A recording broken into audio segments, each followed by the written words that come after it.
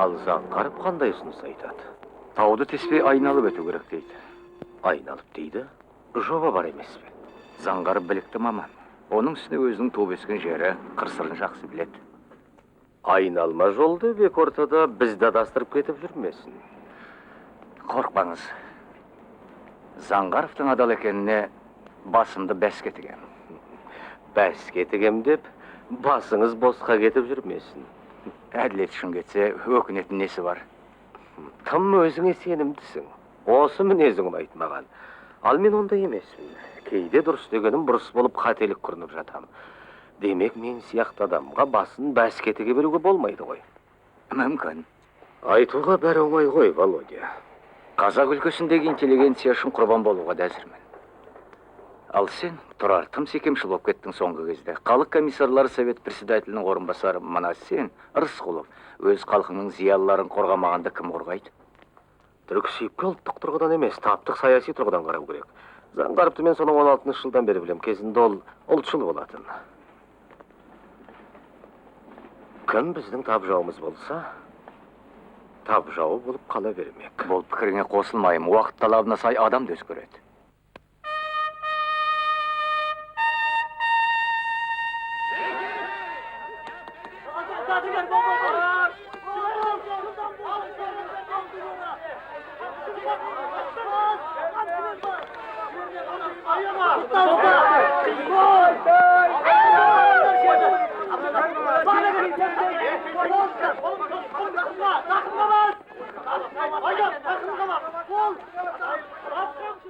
Қиын қыстау кез болса да,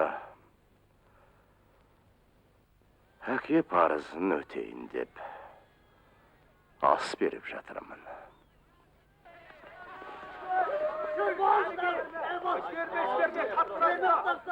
Мынау біздің жеңдер ғой!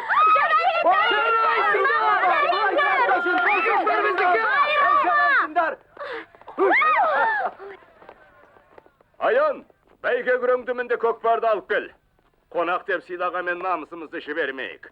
Бірақ қазір қайсымыз қонақ, қайсымыз қожайын екенімізді айыру қиын. Қожайын сендер шығарсыңдар. Мені жол сап жатырсыңдар. Даланы дөбірлетіп шайтан арба жүреді. Бірақ сол пәлі жолдағыны түгел жайпап кетеме деп қорқам. Темір жол халықтың бәріне ортақ игілік, ақсақал. Дұрыс қой. Жаңа үкіметке менің қояр кінәм жоқ.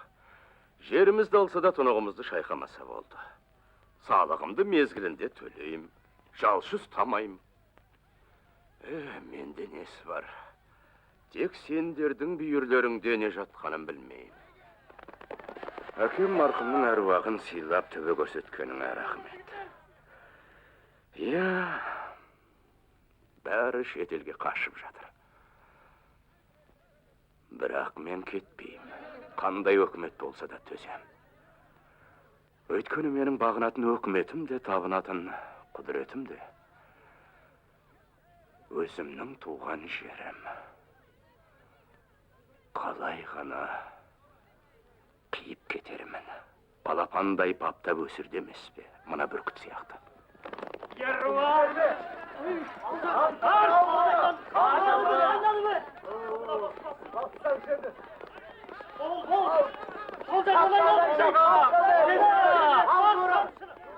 Бәрекелді Аян.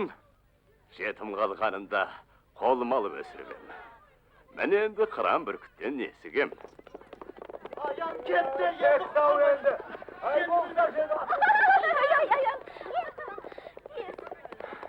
Мінекей баяға. Сізге байладым. Аян, бәйге күреңді бер алып кел. Сыйлы қонаққа ат мінгізбегеріміз ұят болар. Бейліңізге рахмет. Жүйрек атты бабын білер жігіттің өзіне байлайық. Есі өзіңсің. Не істесең де еркің. Аян, жолымды өзіңе бердім. Ой, Маврам, жандайды өтіріп кетіпті. Суретші жандайды өтіріп кетіпті. Жандайды өтіріп кетіпті. Ой, Маврам. Şimdi kaydım şartım.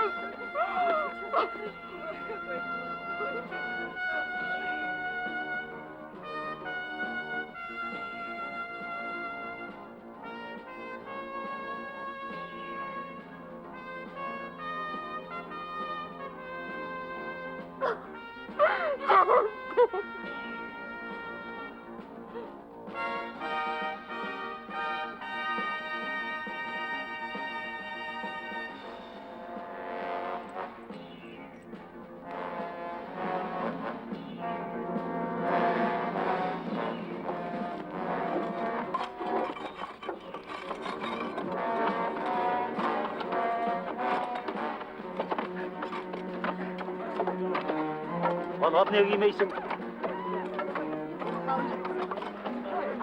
Taksız beri gel. Mana jerdeki bergi kayda? Kayda jibirgensinler? Kaytadan koy.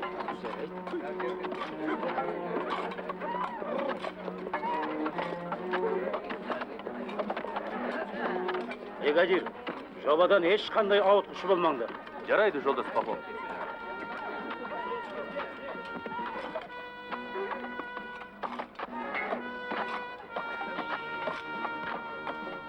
Бригадир жұмысшылар ана жақтан неғып жүр? Айттым емес пе? Айналма жол дәл осы жерден басталады. Жолдың табаны оңға қарай бұрылдар, ана жаққа. Қашан қайта? Жұмысты тоқтатыңдар, тоқтатыңдар. Печка, тез барып, Пахомовты шақырып кел. Келісіп алмайсыңдар ма? Бірі ойға, бірі қырға тартады. Басымыз қатты ғой. Бастық көбейседі. Көретін осы. Бұныңыз қалай? Тағы да қиялға бастыңыз ба? Жолдас Жаңғаров. Бұл қиял емес, бас инженердің шешімі. Ал мен саяси бөлімнің бастығымын. Меніңше сіз еркінсіп кеткен сияқтысыз. Іс насырға шауып, күн ертең опық жеп жүрмеңіз. Жарайды. Ескертпеттіп, өкініп жүрмесеңіз болды. Инженер мырза.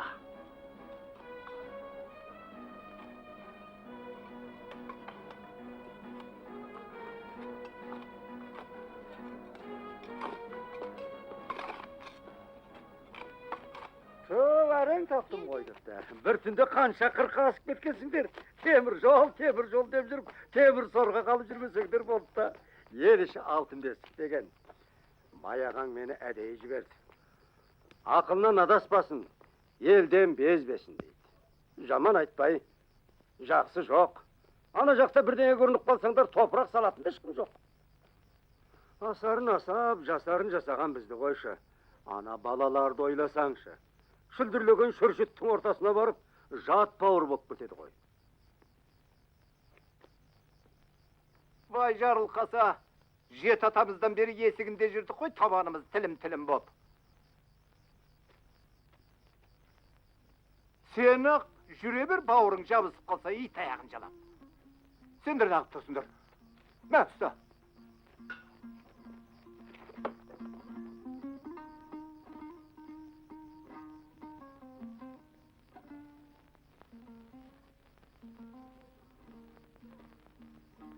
Жілі Исаға не шақ келеді? Осымен 6 күрек сындырдың. Әді істейсің бе? Бәрін де мойныңа жазам. Қас күнім неме? Әй, тіліңді тартып сөйле. Не деп көкіп тұрсың? Мұндайларды қуу керек, құрылысқа жолатпай. Жұмыс істеуді ана орыстардан үйренбейсіңдер ме? Орыстар, қазақтар деп арамызға ірткі салмай, жайыңа жүр.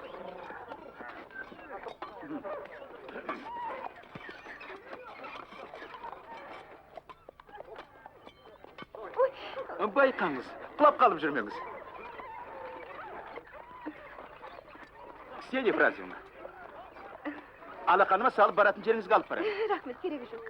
Владимир Сергеевич көрмедіңіздер ме? Жоқ, оны қайтесіз? Шұғыл телеграмма келіп еді Алматыдан. Мен аға апарып берейін. Жоқ, өз қолымен апарып табыс етуім керек. Өзім апарам.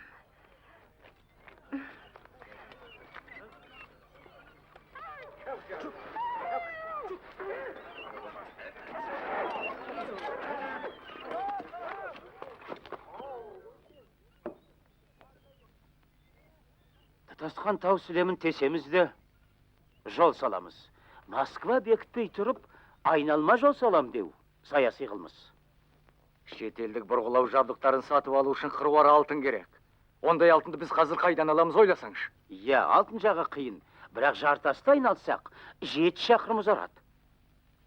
Рельсті қайдан аламыз? Бәқанда 7 шақырым, 7. Несіне қызбаланасың 7 деп.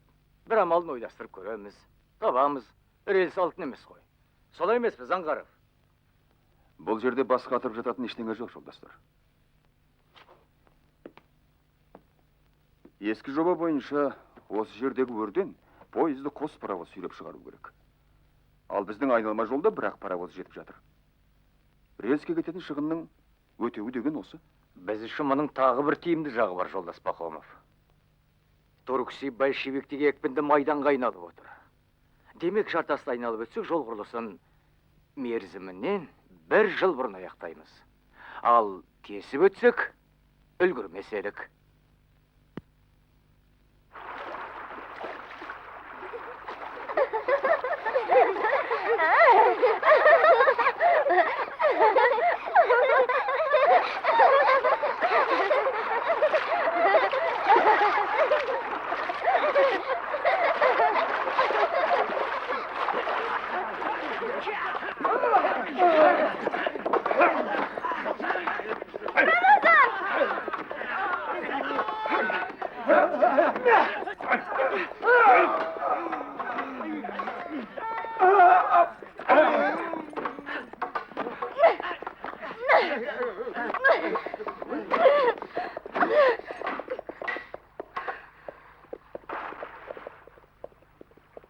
Рамазан, бұл не сойқан?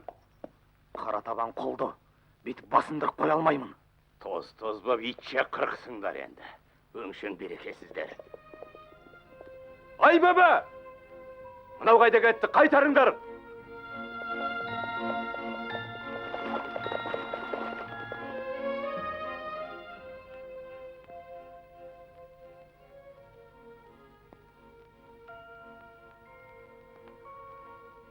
Жау жағадан алғанда бөрі боп етектен алды деген осы.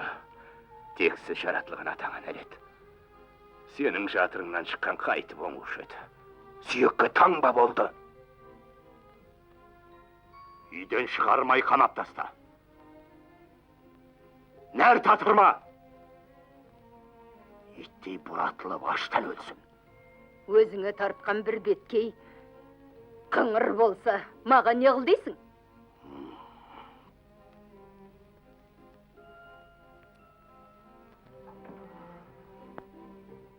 Айналайын құлыным, осы уақытқа дейін бетіңнен қақпадым.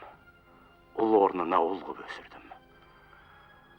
Қартайғанда мен енді жерге қаратпа.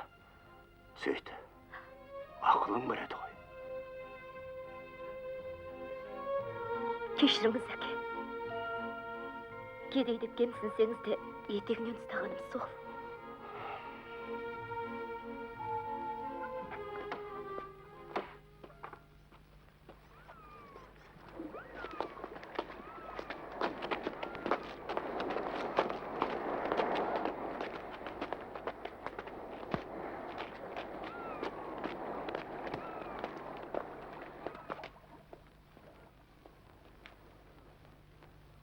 Бұлар кім? Білмедім. Емделуге келген біреулерде.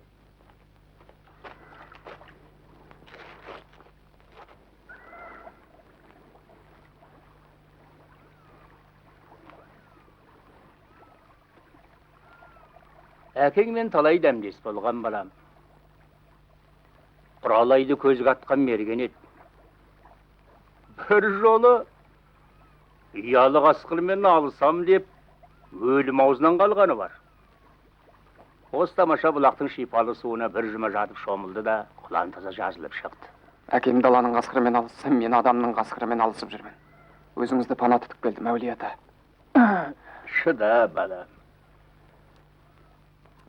Сары бұра көз алартып жүрмесе болды да. Енді оған өлсем де бармаймын.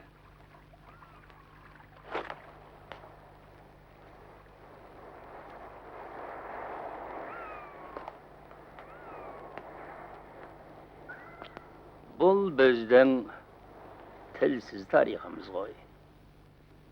Әкең марқұм осында жиі келіп, суреттерге қызығып қарайды.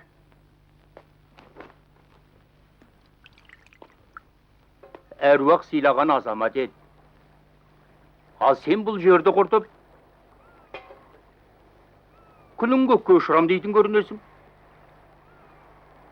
Қорықпай қойыңыз ақсақал. Жол белгі тасты айналып өтеді. Шын ба? Ой, мың жаса айналайын. Тұлпардан қалған тияқ еді. Бұл жақсы хабарың үшін не сыйласам екен? Ескінің көзет, қабыл ал. Мен қартайдым. Кімге табыс етем деп көптен бері ойланып жүредім. Жақсы кетті. Бұл халқымыздың бірлігі үшін алысқан бабамыз Бөгенбай батырдың қылышы. Көзіміздің арашығындай сақтап, ұрпақтан ұрпаққа жеткізіп келеміз. Ұлы бабамыздың әруағы өзіңе жар болсын.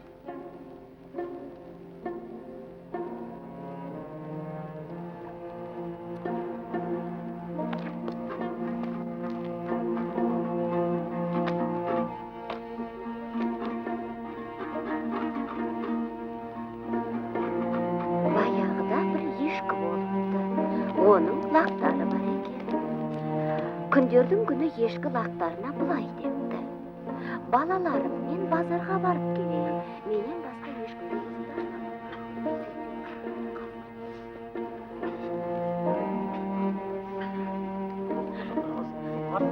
Тамыр болып жүрсің, сен өйтіп бірде-бірге шатастырма. Айтқаныңды істеп жөнімен жүретін қазақ бір бөлек. Қарақшы дінсіз қазақтар бір басқа. Мұндағылардың бәрі аш, жалаңаш, шетінен ұрлық қылады. Қайсымыз жетіскенімізден келдік. Арыс атқыраны большевиктер ғой, осылармен қосақтастырып қойған. Ай, бұрын бұларды большевиктер ғой, құтыртып қойған.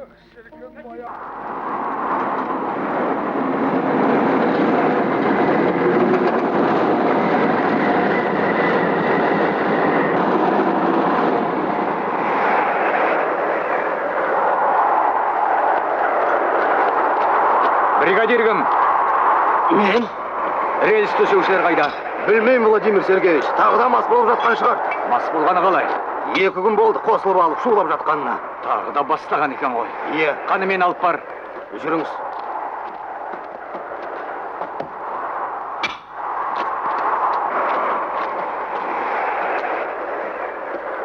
Сүмелек иттер. Тұрыңдар қаны. Ақырен деме.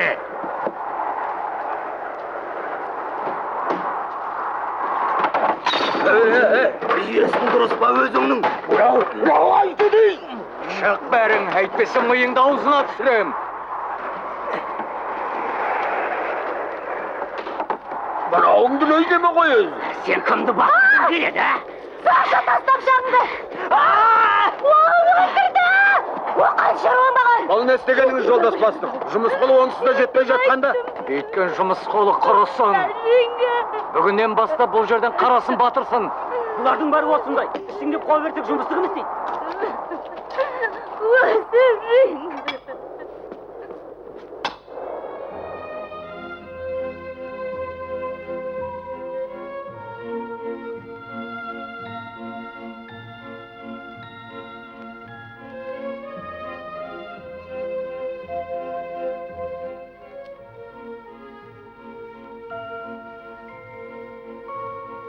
Айдады. Сені аян шақырып жатыр. Әне жердектем. Келсін дейді.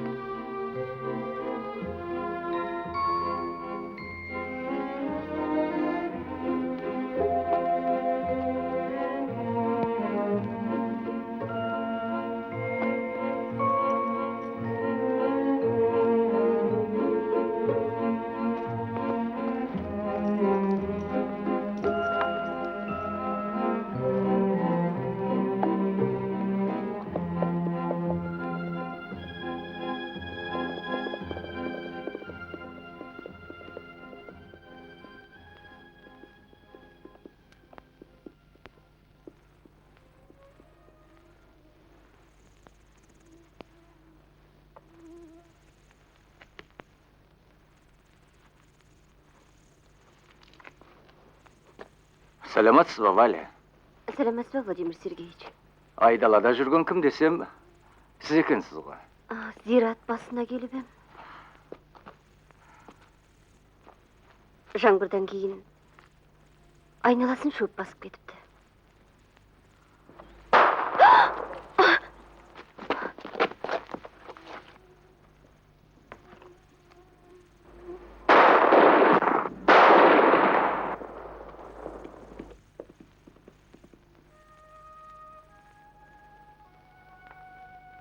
Бұлай жалғыз жүруге болмайды. Тау ішінде бандылар бар. Өзіңе көптен көңілім бар екенін білесің, Валя, маған тұрмысқа шық. Валя, жауап бермедің ғой. Жоқ. Владимир Сергеевич, ол үшін кінәламаңыз.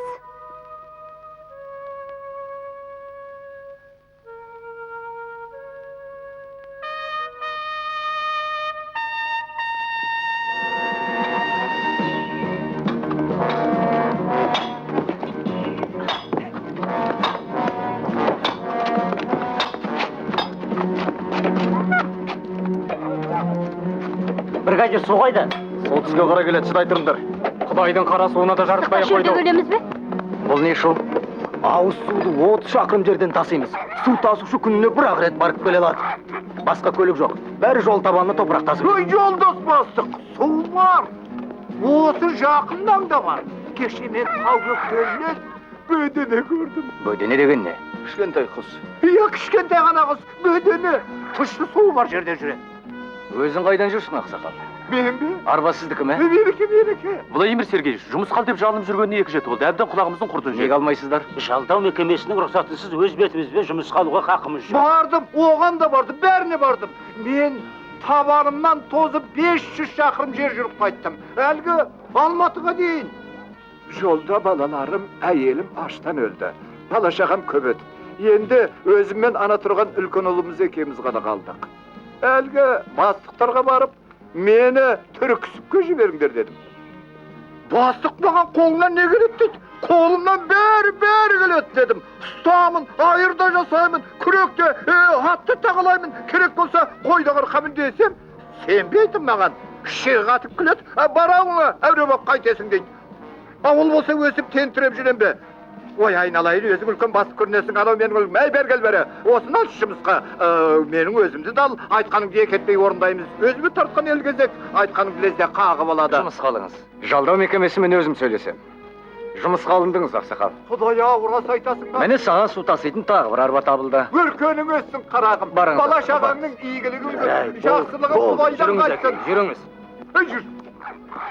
Қазақ кедейлерін шет жерге жібермеудің қазір саяси маңызы зор. Бөтен елде сұлтан болғанша өз жерінде су тасушы болсын. Солай емес пе? Жалдау мекемесінің рұқсатынсыз бірде-бір адам алынбасын деген бұйрық бар. Оны бұзуға хақым жоқ. Бұл дегенің барып тұрған қастандық. Өздері ағылып келіп жатқан адамдарды алмаймыз да жұмысшы бер деп жалдау мекемесіне алақан жаямыз. Сөйтіп халықты қарсы қойып отырмыз өзімізге.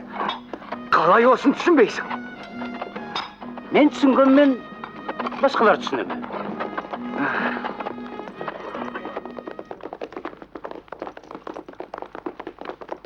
Ой, мынаны қарабасты. Аттыңдар! Осы маңнан көп ұзай қойған жоқ. Бәйгі күрең аман болса бізге жеткіземе, қарасын да көрсетпейді әлі.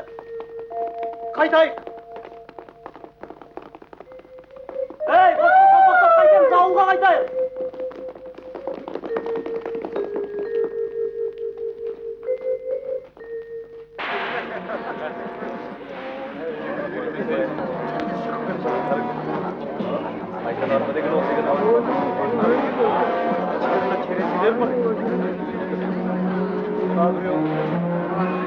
Қалай жандар?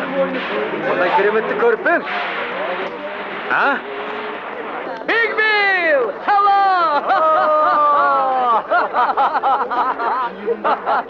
Қайдан жүрсің? Капитализм шамалы дағдарысқа ұшырап келіп қалдым. Beverly Bill! Таныс қойыңыздар, менің Нью-Йорктағы досым Майкл Смит. Заңғар. Таныс қойыңыз, Смит. Ахомов. Hoş geldiniz. Райымбет, өлкөлүк партия комитетінің өкілімін. Өте жақсы, Климов. Танысып қойыңыздар. Иә, жағдай қалай? Жаман емес.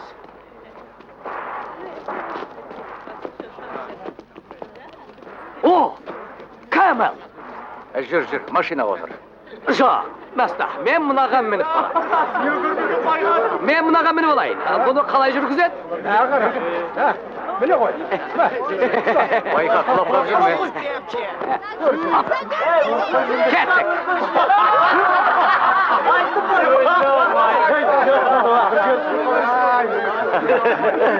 Ya қалай екен? Құрысын, одан да сені мен кетейін. Машинаға отырайық. Өзді жаман қылады. Мен көрмеген ғой.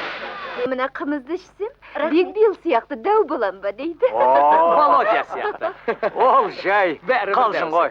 Нью-Йоркте жүрген кезімде дүниежүзі өнеркәсіп жұмысшылар одағындағы достарым мені қалжыңдап Биг Билл дейтін. Дәу Володя деген сөз. Қай жерге қарап дәу дейтін білмеймін. Одан да қымызыңды ішіп ал, бұл өте пайдалы. Онда шейік.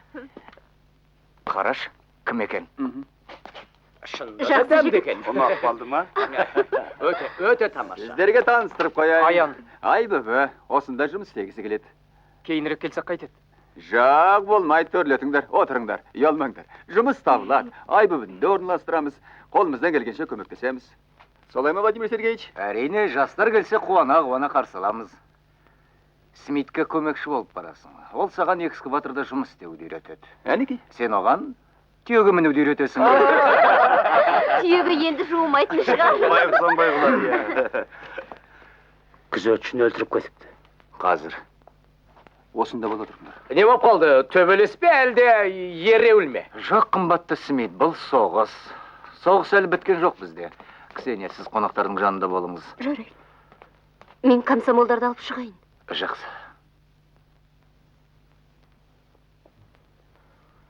Әкеңмен көп дәмдес болып ем. Қолымнан келген жақсылықты аямайым. Рахмет ақсақал, әкемнің аруағын сыйлағаныңызға. Жаны жәннатта болсын марқұмның. Туған жердің топырағы да бұйырмады сорлы байқұсқа. Сүйегі қурап жатыр. Басына барып тағзым етіп тұратын ешкім жоқ. Жарайды, болды, шаруаңды айт.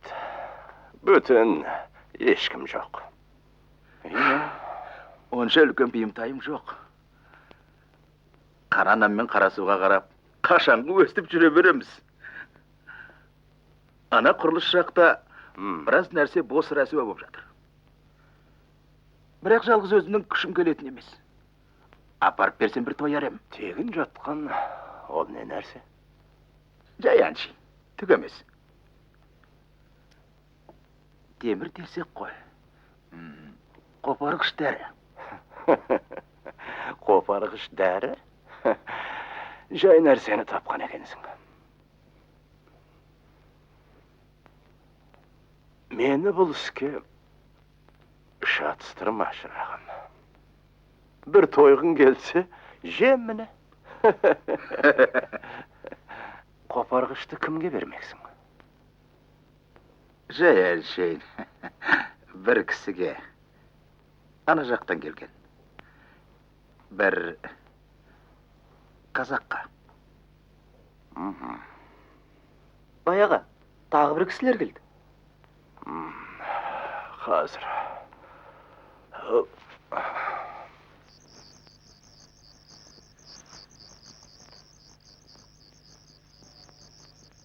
Ассаламу алейкум. Ва алейкум ассалам. Я бисмилlah. Отырыңыздар. Ой! Қымыз әкел.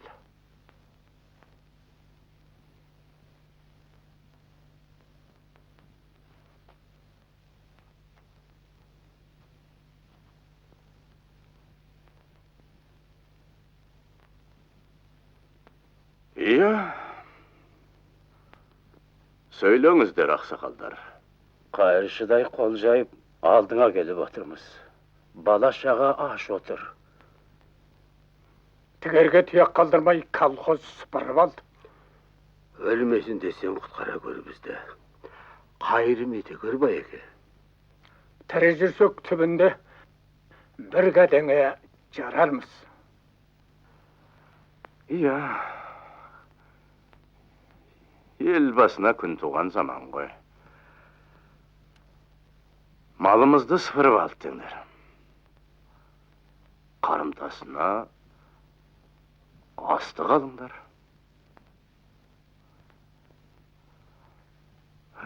Onun eş günahı yok.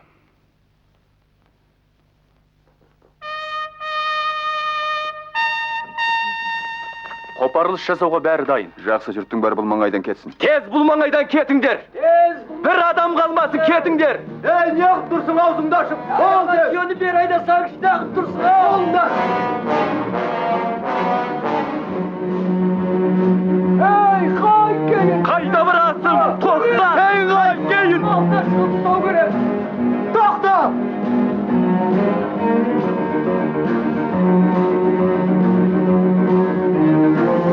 Ben kayttım. Kuruytum oldu.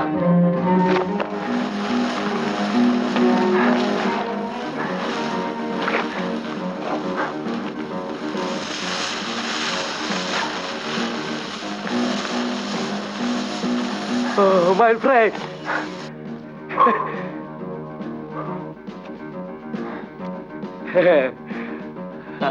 Ben kalay şaptım. Ha? Okey.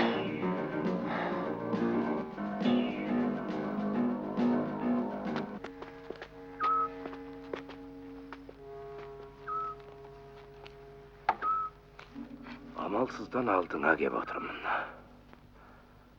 Mınaları alkamımdan alıp tınısımda tarıltıp baradım. Bu dünyeniki o dünyege ketpeyt degen sarı bura. Mene, kolga kep tüstü degen ossa. Sen meni tanıgan joksun. İyi, kaydan tanıyım deysin.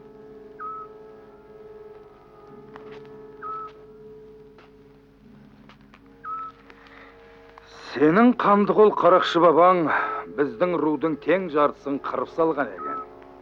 Қалғаны сенің әкеңнің қолынан опат тауыпты. Бәрібір біздің отымызды өшіре алған жоқсыңдар. Мен тірі қалыппын. 5 жасымда ит құсқа жем болсын деп тауға апарып тастапты. Жарайды. Алдыма келген екенсің, кештім бәрінде. Тек соңымнан ерсең болды.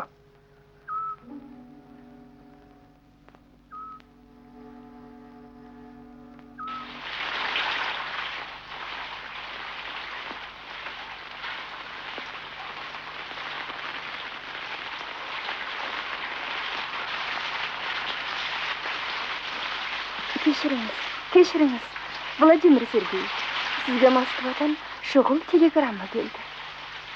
Рахмет, Ксения. Манадай жауында түнделетіп, бекер әуре болғансыз. Барып ұйықтаңыз.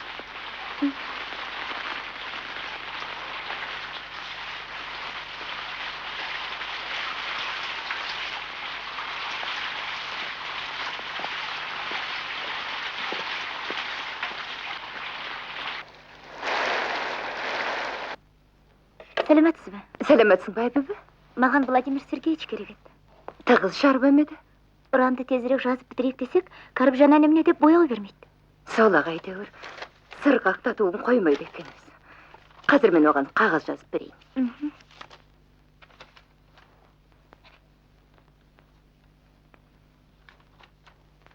Мә, апарып бер. Енді анау мынау деп қисаңдап көрсін. Рахмет сізге. Валя қуанып қалатын болды. Сау болыңыз. Тоқтай тұр, шай бөбі. Осы сені шыныңды айтшы.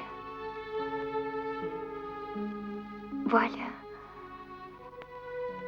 Қандай адам? Валя. Оны сіз білмейсіз, бұл сондай ақ көңіл, мейірімді. Рахмет ай бөбі. Бара бер. Бірдеңе қажет болса келіп тұр. Сау болыңыз. Сау бол.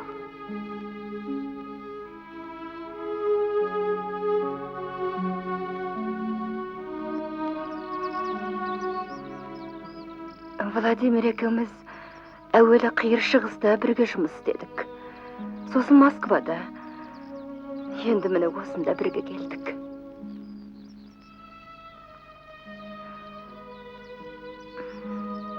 Оның бар ойлағаны жұмыс қана. Сосын сіз оны шын сүйеді екенсіз. Иә.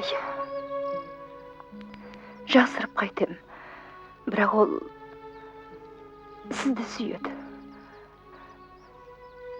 Тек сіз ғана оны бақытты ете аласыз.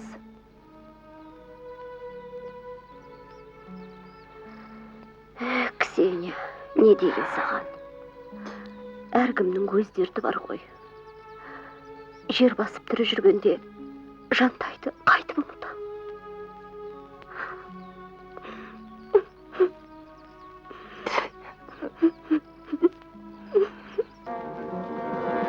Жұрт сені әулие тасты бұздырмау үшін жолда әдейі бұра тартып салдырып дейді. Сол не сөз?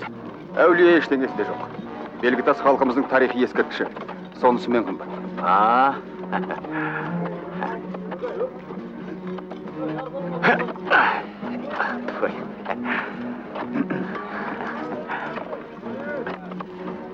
Халықтың өткеніне құрметпен қарауың орынды, бірақ онымен қоса сен қазақ хандығының тарихын жазып жатыр дейді ғой.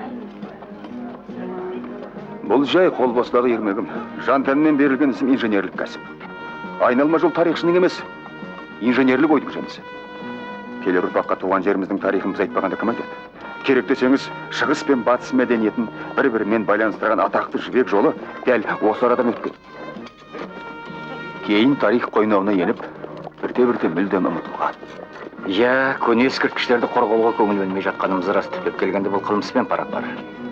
Әйтсе де жағдайды білесің, бәріміз жабылып жаңа өмір ұмытамыз деп жатқанда жалтақтап артқа қарай беруі мүмкін. Кейбіреулерге күдік туғызуы мүмкін. Әңгіменің төркінін түсінетін шығарсың.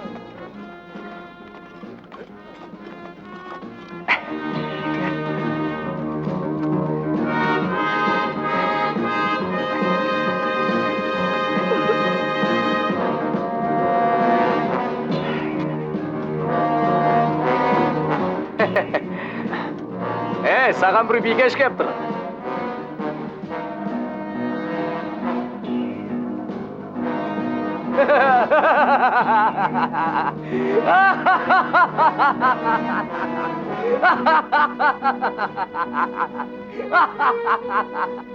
Олға бұрып!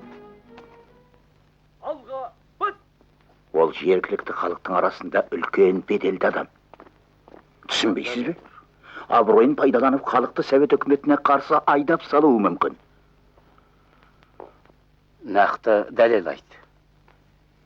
Қылыш бар ана жақтан әкелген. 16-шы жылы оны сенсен қалып кеткен болатын. Дәлел сол. Түсінбедім. Бұл қылыш бір тайпелдің туымен бірдей. Орыстарға қарсы күресте қазақтар оны ту орнына ұстаған. Иә, солай деңіз. Жақсы. Бұны анықтаймыз. Қазір еліміз алдында шешілмеген талай мәселелер тұр. Бір ғана Қазақстанның өзінде 100 мыңдаған адам ашаршылықтың зардабын шегуде. Коллективтендіру деген желеумен көп нәрсені белден басшы. Әрине, ғасырлар бойы қалыптасқан тұрмыс тіршілікті күрт өзгертемді түбірімен қате. Орталық Россияда қолданған әдісті шығыс аймағына қондыра салуға болмайды. Сонда диқаншылық кәсіп қазақ жері үшін қол емес демексің бе? Мәселе сол диқаншылық кәсіпке шаруаларды қалай үйретуде, әуелі мұның тиімділігіне көз жеткізіп дәлелдеу керек. Зорлықпен көндіруге болмайды.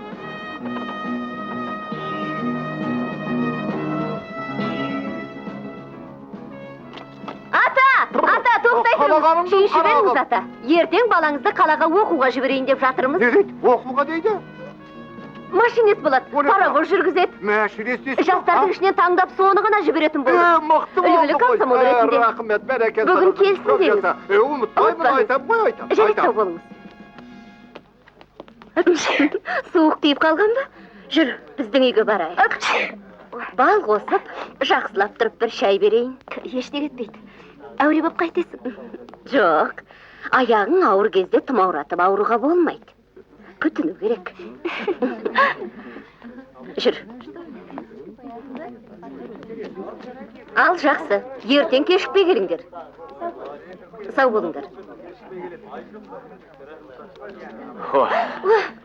Қорықпаңдар, мен ғой. Сәлематсыз ба? Саламат па қыздар. Дайындықтарыңды көрейін деп әдейі келдім. Кешігіп қалдыңыз, Владимир Сергеевич. Шын ба? Сабағымыз бітті. Қап әттеген ай. Жолдас Климов! Шақырып жатыр. Жолдас Климов! Өзім болып қыздармен сөйлесе қалған ем, қараш. Жолым болмады. Онда ертең келіңіз. Күтеміз, келіңіз. Рахмет. Сабағымыз жетте басталады. Я не боп қалды? Сізді іздемеген жерім жоқ, Владимир Сергеевич. Не болды? Заңғаровты дереу тұтқын қалу керек. Не үшін? Бер жүріңіз. Қырсоғымнан қалмай аңдығандарынан ақ мезі болдым. Шешем хал үстінде жатыр екен. Соған барайын десем, Пахомов жібермей қойды. Мен енді тұтқын емеспін ғой. Бүйтіп күн кешкенше арыз жазып кетем.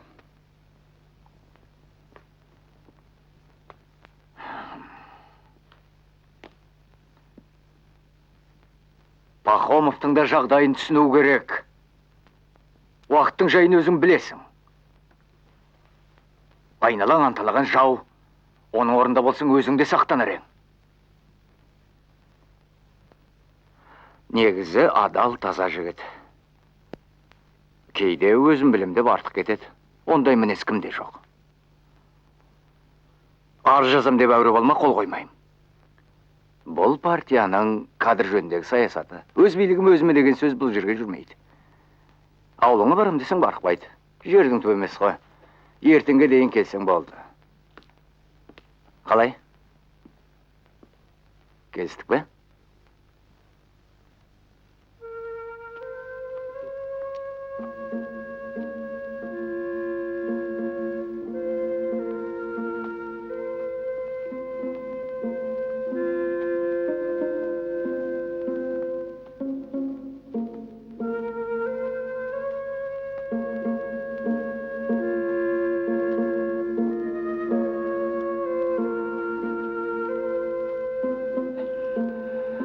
Амансыз ба, апа? Шешеме келіп едім, үйде жоқ. Қайда кеттігін? Бүгім десем сен бедің. Аман есен жүрмісің шырағым? Шүкір. Шешен тірі балам, екі көз төрт боп сені күтіп еді. Кеше келіп, төркіндері үйін алып кетті. Аштан жұрт қырылып жатыр. Ауыл қаңырап қалды. Қарекең үйде ме? Бас көтерер үлкендерден шалымыз екеуміз ғана. Өлсем осын дөлем деп қасарысып отыр.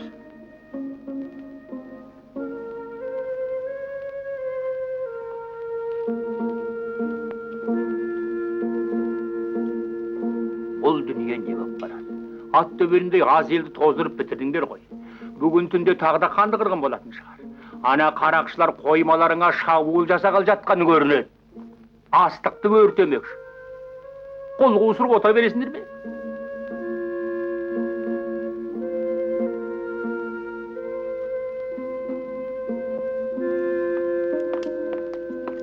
Қайда кеттің? Шаяу істемедің ғой.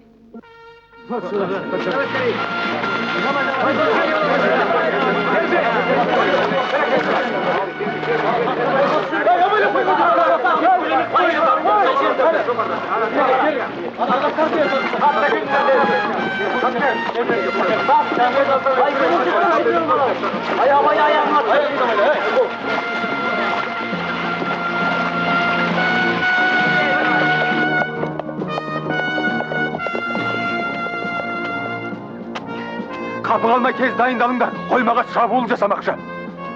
Саламат! Не? Мылтығыңды бер әкел. Тез біздің адамдарға хабарла. Көмекке кісі жіберсін. Төтенше отряд тез келсін.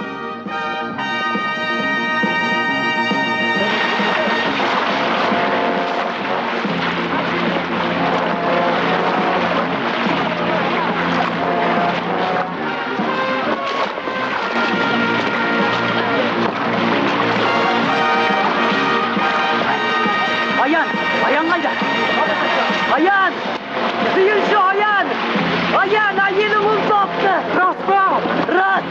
Al berk bolsun. Alga jigitler.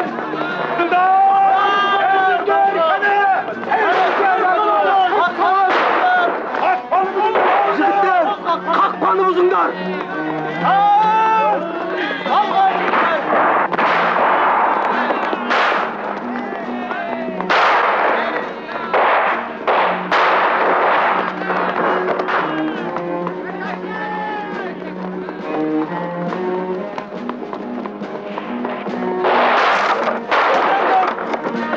Селиванов, мындан бергін. Қазір. Селиванов, тез поселкаға бар да, көмекке кісі жіберсін деп айт. Көп болады, бол тез.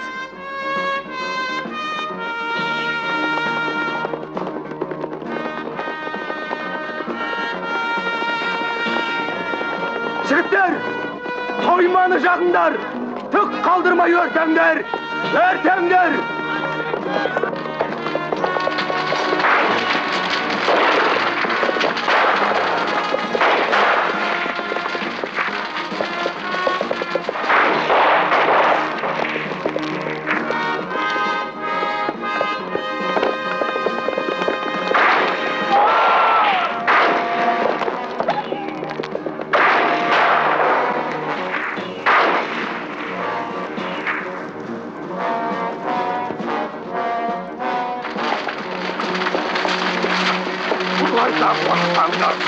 Оңдыр дегендерін деп атқара, халық онсыз да аттан қырылып жатқан жоқ па?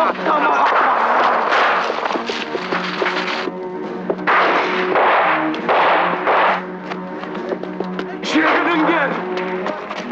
Не ақыл айтасың, инженер? Бұларға төтеп бере алмаймыз.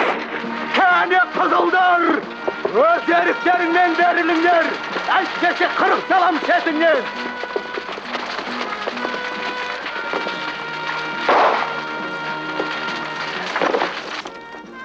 Бармен, сөйлесіп көрейік. Алдандырып, уақыт соза тұрайық. Ей!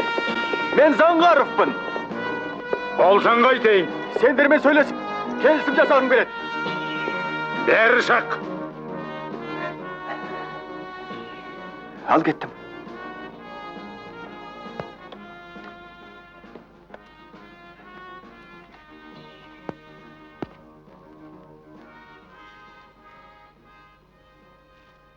Тоқта. Қоя тұр. Атпа.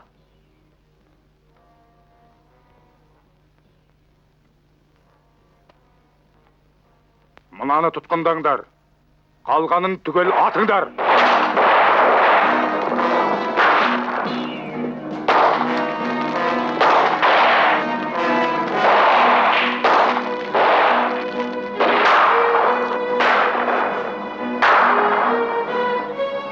Kızıldar!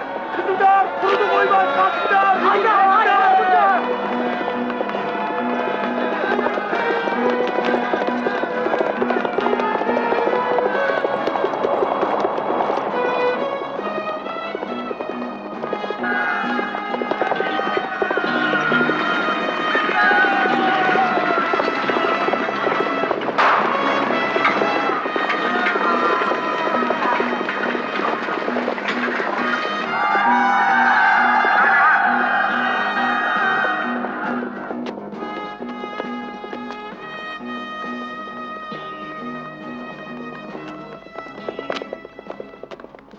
Бандының арасында жүргеніңізге жол болсын, инженер.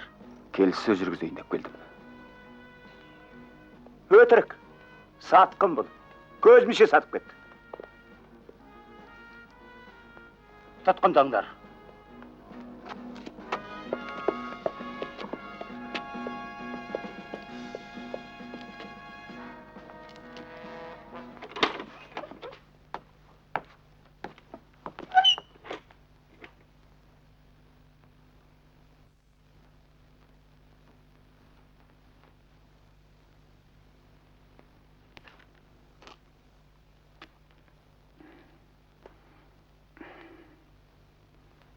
Iya.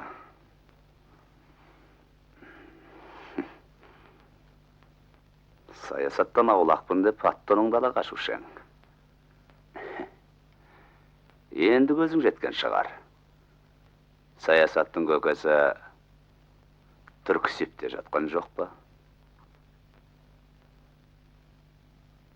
Саясаттан тыс еш нәрсе жоқ.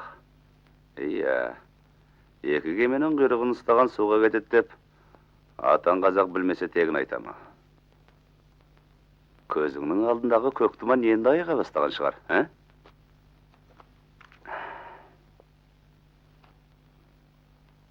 Жарайды.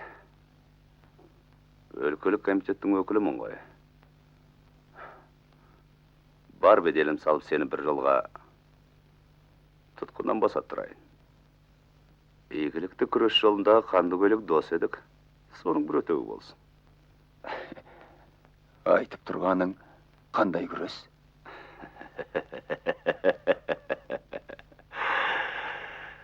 Түркістан уақытшы үкіметі комиссарының сөзінің сыйқын қара. Өткенді қозғап, қайтесің ақан. Өтеріс өтті. Томағасын сыпырса саңқылдап шар қыранба десем бір жола топшыңнан қайрылыпсың. Бұл түріңмен бір кезде кеңірдеңе қанды қылышын кезеген, қара жүздіктермен дос боп кетуден де тайынбассың дейім. Біле білсең бұл темір жол емес. Халқыңның мойнына салынған темір бұғау, ұлы ұрыстық, большевиктік қанау. Не деп тұрсың? Осындай көзқараспен өлкелік комитетті қалай жүрсің? Біз мұсылман коммунистері халқымыз үшін дамудың айқын жолы ұлттық демократияны түбегейлі қалыптастыру деп білеміз. Бұл жауапты тарихи кезеңде орыстық шовинизмнің сойылын соғатын. Большевиктермен бір сапта болу бізге мүмкін емес. Өлкелік комитеттегілердің де халқым деп қанжылаған бар азаматтардың доясы. Саған да бір тудың астына бірге ектеп кеттім. Есекдемеден әлі де үміт үзбегенсіңдер ме? Қояйық осы әңгімені. Бас қатырмай. Көмейің белгілі болды. Бұл әңгіме осы жерде қалсын деп ескертіп жатудың қажеті жоқ шығар меніңше. Бірақ саған кім сенеді? Аты шулы ұлтшыл, патша заманында оққан инженер, Түркістан уақытшы үкіметінің комиссары.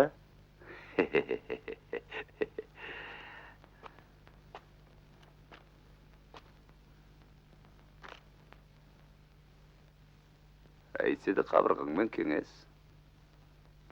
Ойлан.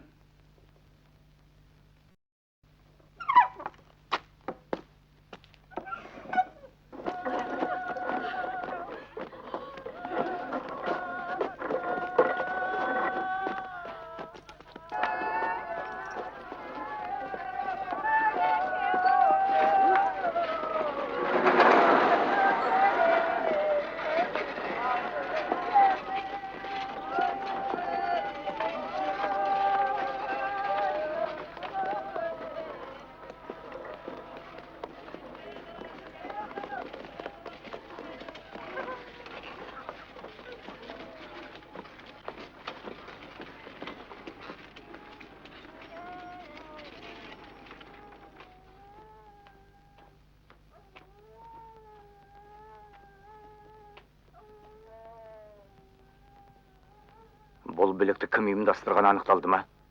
Заңғаров. Досжан ба? Иә. Өзі қайда? Тұтқында отыр. Жау жағын өз еркімен өткен мойындады. Бос сөз. Дем беруші сол ма деген күдік бар. Сенбеймін.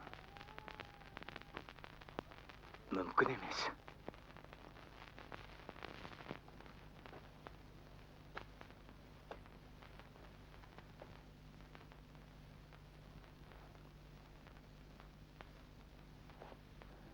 Бар болған шындық осы. Мейлің сен бе.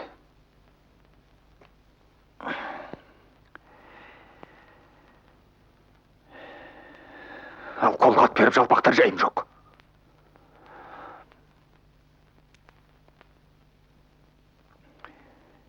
керек болса жұмысқа күзетпен айдап барсын.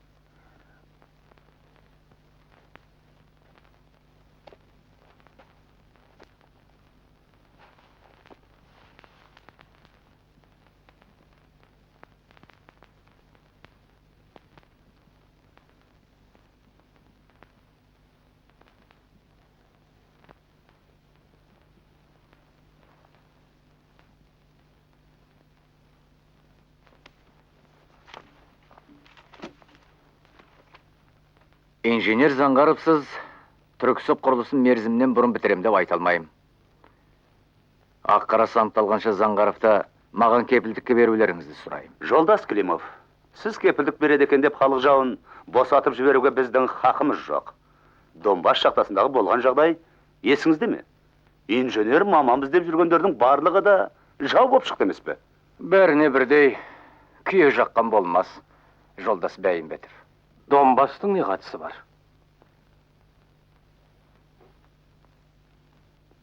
Владимир Сергеевич, байыбына бармай, опық жеп жүрме. Ертең бәрімізді мұзға отырғызып кетсе, онда сенің Петроград ревкомының мүшесі болғаныңа да, қысқы сарайды алуға қатысқаныңа да қарамаймыз. Оның бұл жерде кінәсі жоқ екеніне мен сенем. Ал жазған хатын қайтеміз? Ол қандай хат? Арандату мақсатымен Заңғаровтың жұмысшы бақылау комиссиясына жазған хатын айтам. Жолдас Пахомов, оқып беріңіз.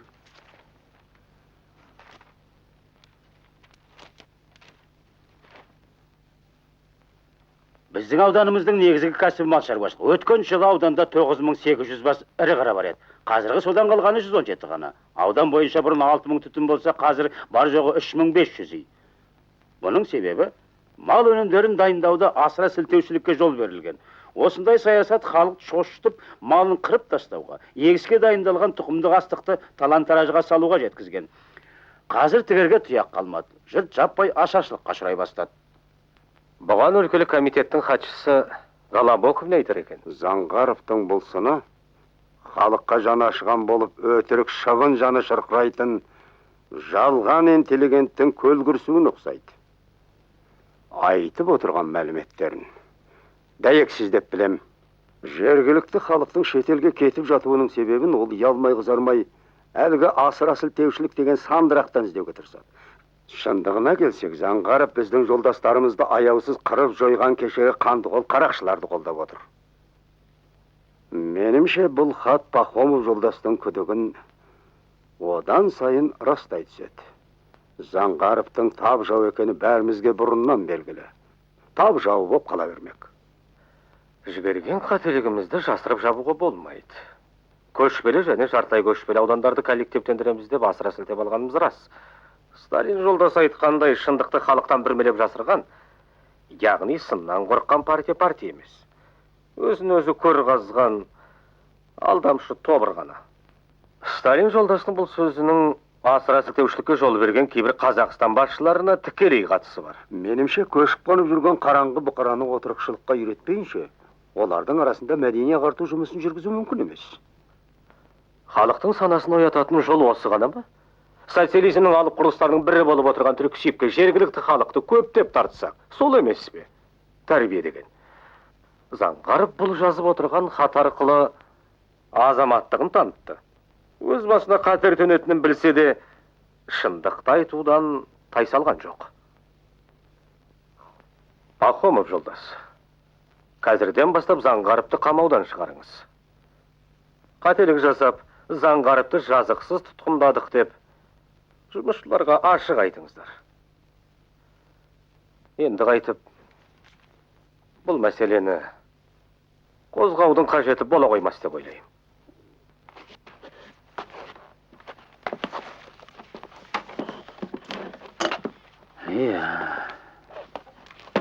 Мәселе шешілді. Қайдам? Жауды аяған жаралы. Арамызда жасырынып жүрген сілімтіктер жетеді әлі. Күдіктенетін біреуіңіз бар ма? Партия бізді қырағы болуға шақырады. Жолдас Пахомов.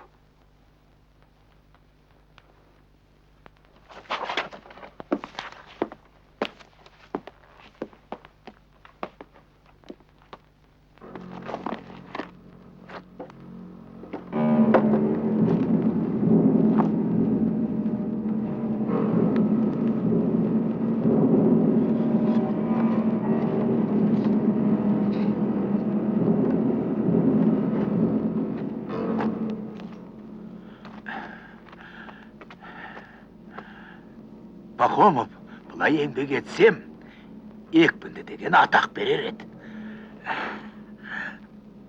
Бір табаннан, бір шым-шым шай, бір жапырақ қызыл мат алам де. Төңкерілген кеседей, лақ еткен көлдің суы. Жолыңдағының бәрін тып-типыл қалап, темір жолыңды да, белгі тасыңды да, сонау балқашқа апар бір-ақ лақтырады. Мейрам болар мекен, ойрам болар мекен. Сонда көрерміз, ә?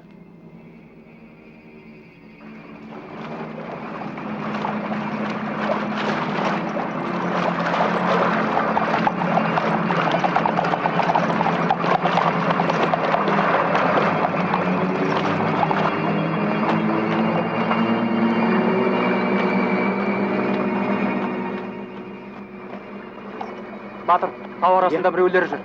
Пахомовқа хабарла. Құп болады. Қалғандарың соңынан еріңдер.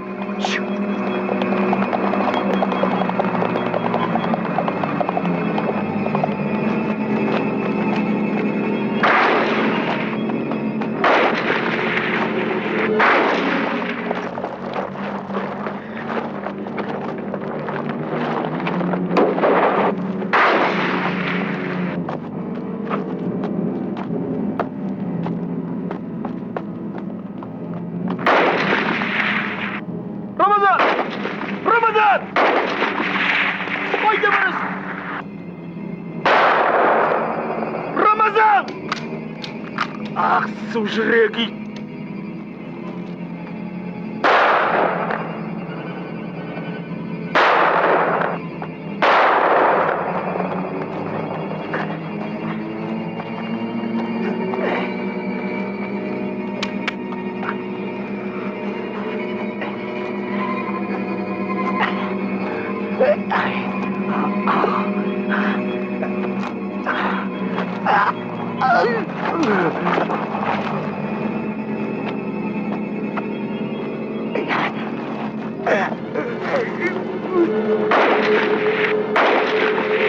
Қызыл сүмелектер бәрібір қолға түсіре алмайсыңдар.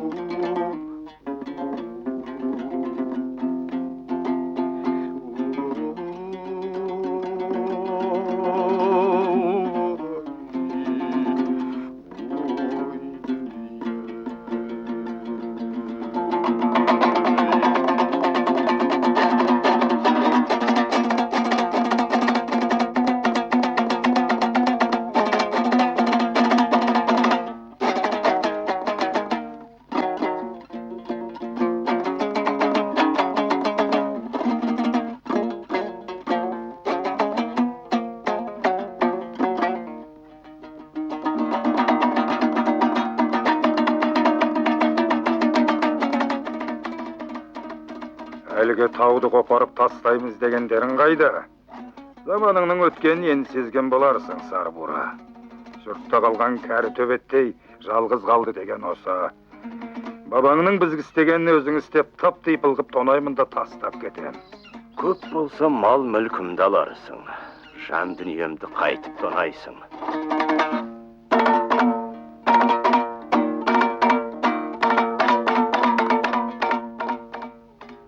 Туған жерімнен айыруға ешкімнің құдіреті жетпес.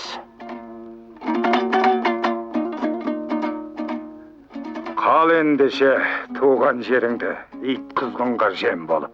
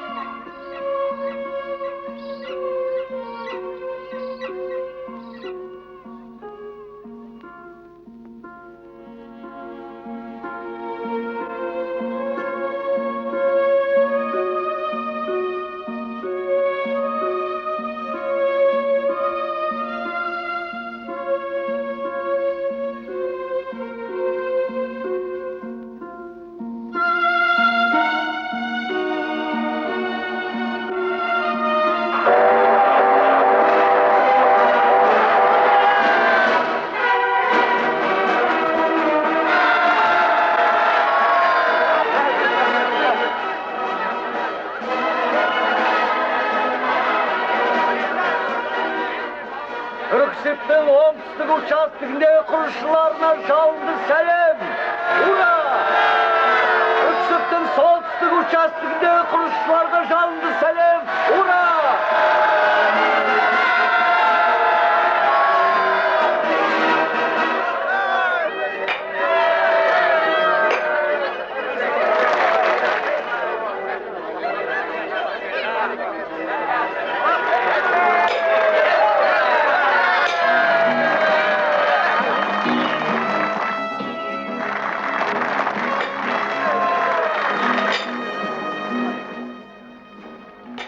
Мынау өзіміз тұрған Айнабұлақ, Түркісіп темір жолының оңтүстік және солтүстік бөлігінің түйіскен жері. Бұл жолдың басты мақсаты Қазақстан жері арқылы Сібір мен Орта Азияны жалғастыру. Түркісіптің мыңдаған жұмысшыларын Совет үкіметі атынан еңбектегі қол жеткен үлкен табыстарыменен шын жүректен құттықтаймын.